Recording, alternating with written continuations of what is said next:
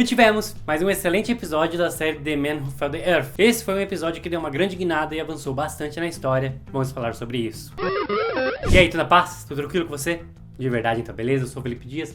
Este é mais um Fliperama, e se você for novo ou nova por aqui, se inscreva no botão vermelho aqui embaixo, também deixa aquele like bacana e ative as notificações, que isso ajuda bastante o canal. O episódio começa apresentando um novo cenário para os espectadores. Uma mulher, ela está numa apresentação, fazendo seu pitch ali para algo chamado Clube do Livro, e ela está apresentando ali uma nova tecnologia. Ao menos ela acha que é uma nova tecnologia. Ela fala coisas interessantes, como por exemplo, o Facebook não produz nenhum tipo de conteúdo, o YouTube também não, e ela quer criar agora uma tecnologia de blockchain, onde você consegue, por exemplo, comprar ações utilizando bitcoins. Mas ali um dos investidores questiona ela de maneira bem arrogante, aliás, que essa tecnologia já existe, o que seria de inovador na tecnologia dela, e ela não consegue responder. Acredito que ela não conseguiu responder exatamente pela arrogância dele. Ele foi um cara muito arrogante. Esse personagem se chama Hat. E descobrimos então que ele é um dos sócios da empresa Origin, que é a empresa que o Faraday e a Justin precisam encontrar para assim pegar a patente que eles precisam. E essa patente, claro, acaba entrando em evidência e discussão aqui nessa cena. Hat é confrontado pela irmã,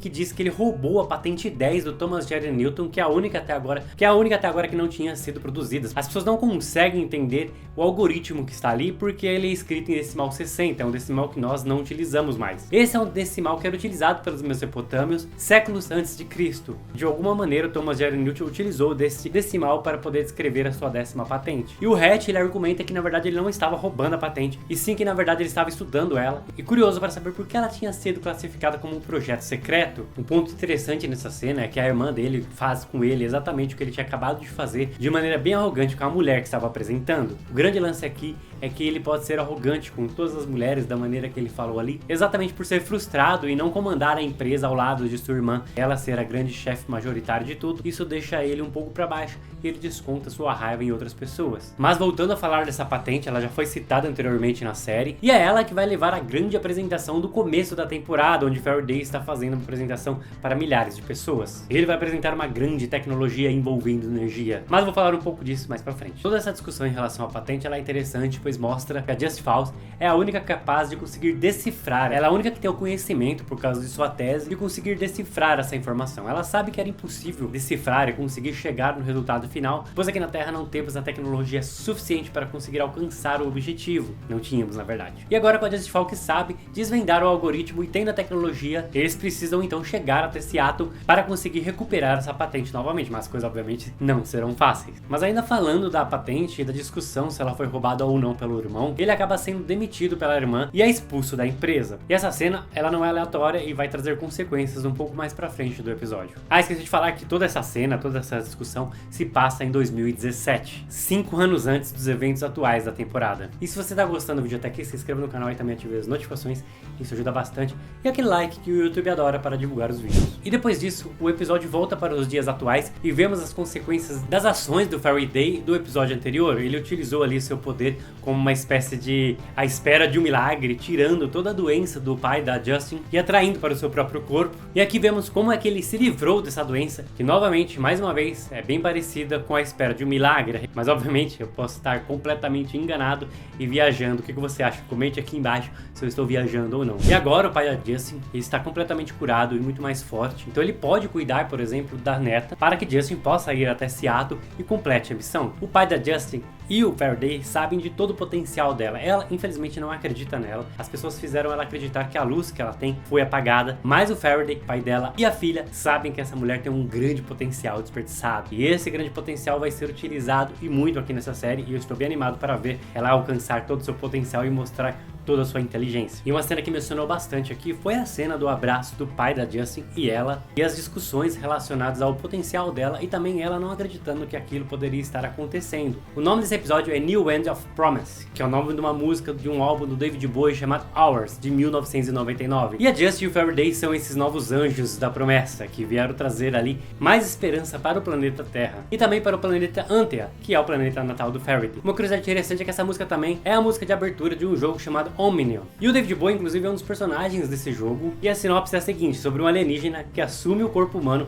para tentar dominar a Terra. Caraca. Essa é uma curiosidade interessante, talvez uma pequena ligação que eles fizeram, uma pequena referência. Não acredito que vai ser uma dica para o andamento da série. Mas voltando, Justin e Faraday então estão indo até Seattle. E assim como ela, todos nós estamos tentando entender o que está acontecendo, qual é exatamente o plano de Faraday, por que ele precisa tanto dessas patentes. A gente sabe que ele precisa, que é algo importante para salvar o planeta dele, mas a gente não sabe exatamente o que e como isso vai acontecer. Mas esse foi um episódio para explicar coisas, deixar algumas perguntas em aberto, mas ao mesmo tempo explicou muita coisa. Como eu disse no começo do vídeo, avançou bastante na história. Uma dessas coisas foi o Faraday mostrar uma nova tecnologia, um protótipo do que a patente que eles estão atrás pode gerar. Ele traz com ele um cubo de energia e ele coloca esse cubo nessa máquina que começa a funcionar. Ela pergunta o que é aquela tecnologia e ele fala que é um tipo de energia quântica. Mas como é um protótipo, ela não vai durar para sempre. Porém, com as patentes, eles podem criar algo revolucionário na tecnologia. E a gente, por exemplo, parar de utilizar energia fóssil, energia hidráulica, energia nuclear e resolver alguns problemas que essas tecnologias de geração de energia trazem para a Terra, como poluição, por exemplo. Mas voltando a falar da admiração da Justin, é interessante porque a gente também fica imaginando que aquela tecnologia parece mágica realmente. Mas como disse Arthur C. Clarke, qualquer tecnologia muito avançada é indistinguível da magia. E realmente, no primeiro momento, como eu falei, parece mágica, mas a gente consegue entender que aquela é uma tecnologia avançada demais para a mente humana conseguir compreender. Por enquanto, não vai demorar muito para nossa mente se adaptar e a gente descobrir o que é e como funciona essa tecnologia. E por causa disso, por causa dessa tecnologia com fusão quântica, tem uma discussão bem interessante na série. Essas tecnologias de geração de energia para a gente trazem muito lucro e iriam ficar completamente obsoletas de uma hora para a outra. E é claro que as pessoas majoritárias donas dessas tecnologias não vão aceitar uma nova tecnologia assim tão fácil, não. E também há de se dizer como é que essa tecnologia nova vai ser incluída aqui na nossa Terra, pois realmente,